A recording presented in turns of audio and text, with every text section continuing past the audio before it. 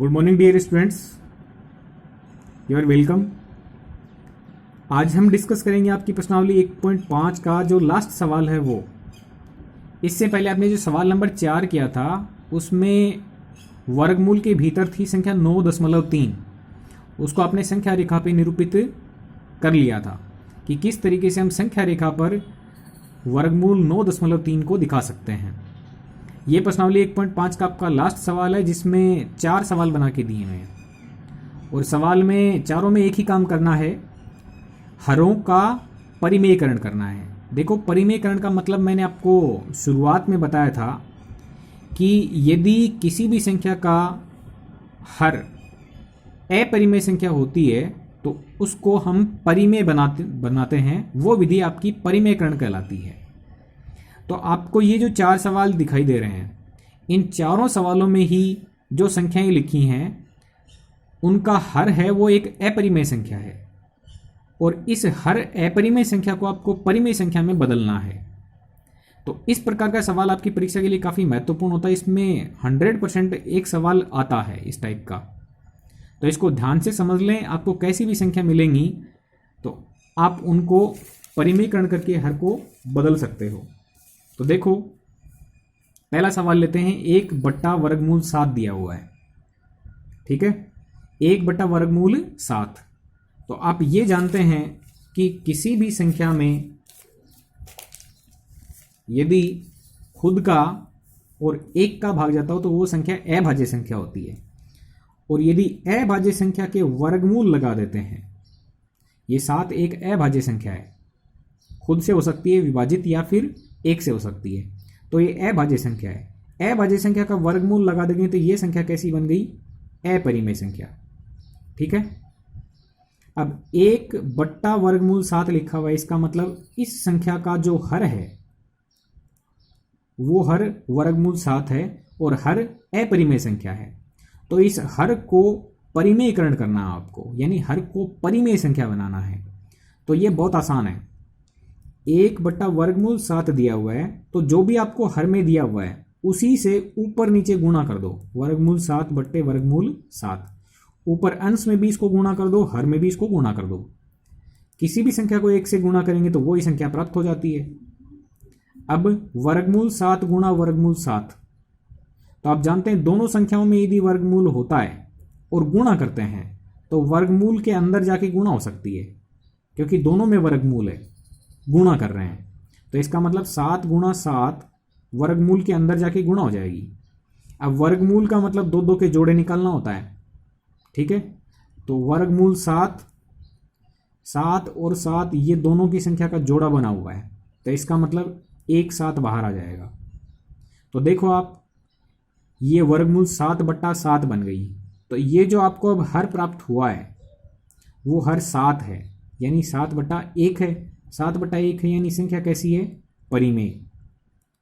तो पहले जिस संख्या का हर था अपरिमेय, उसका हर अब परिमेय बन चुका है। यानी 1/वर्गमूल 7 को आप वर्गमूल 7/7 लिख सकते हैं, ठीक है। वर्गमूल 7 से ऊपर नीचे आपने गुणा कर दिया और ये काम करने से जो आपको हर प्राप्त होगा वो एक परिमेय संख्या प्राप्त होगी। तो इसका मतलब आपने अपरिमेय हर से परिमेय हर बना लिया है। इसी को हम बोलते हैं परिमेयकरण, ठीक है। जैसे आपके पास में 2/वर्गमूल 3 होता तो इसका हर कैसा है? अपरिमेय संख्या है, क्योंकि वर्गमूल के अंदर अभाज्य संख्या है। तो ऊपर नीचे आपको वर्गमूल 3 से गुणा करना पड़ेगा। अब 2 के वर्गमूल नहीं है, 3 के वर्गमूल है, तो इसका मतलब ये वर्गमूल के अंदर जाके गुणा नहीं हो सकती हैं दोनों। इसको आपको ऐसे ही रखना पड़ेगा, 2/3 और ये दोनों अंदर जाके गुणा होके 3 × 3 कर देंगी।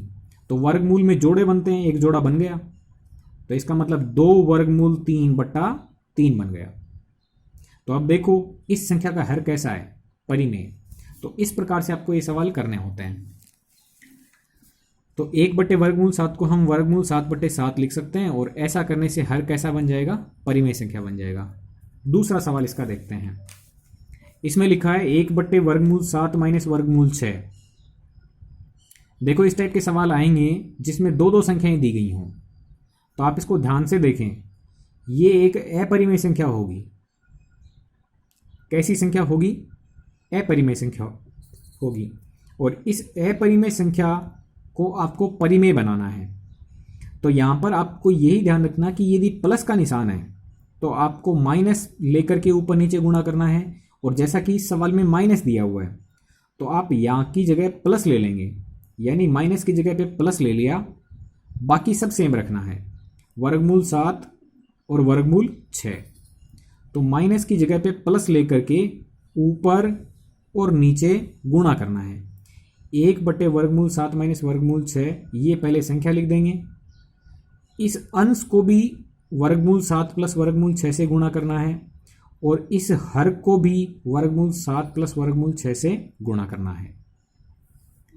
यानी अंश को और हर को दोनों को ऊपर नीचे इससे गुणा करना पड़ेगा।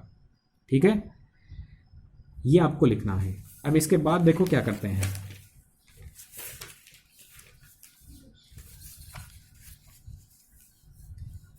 ऊपर जब हम 1 से गुणा करेंगे तो वर्गमूल 7 प्लस वर्गमूल 6 ही प्राप्त होगा और नीचे आपका सूत्र लग जाएगा। एक ब्रैकेट में क्या था?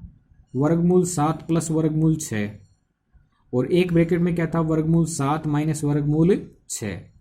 तो दो ब्रैकेट आपस में गुणा होते हैं जिसमें प्लस माइनस का अंतर होता है। तो a प्लस बी गुणा a माइनस बी बराबर a² माइनस b², इस टाइप का फॉर्मूला बन जाएगा। तो हमने फॉर्मूला लिख दिया x प्लस वाई गुणा x माइनस वाई बराबर x² माइनस y²। तो x कौन था?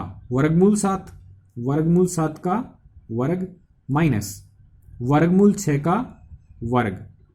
ठीक है, क्योंकि x का स्क्वायर करना है माइनस y का स्क्वायर करना है। तो x आपका वर्गमूल 7 था और y क्या था? वर्गमूल 6।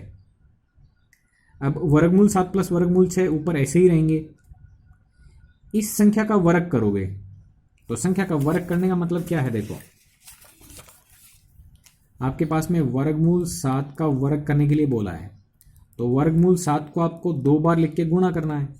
दोनों वर्गमूल के अंदर हैं तो 7 गुणा 7 ऐसे बन जाएगी, एक जोड़ा बन जाएगा तो 7 बाहर आ जाएगा।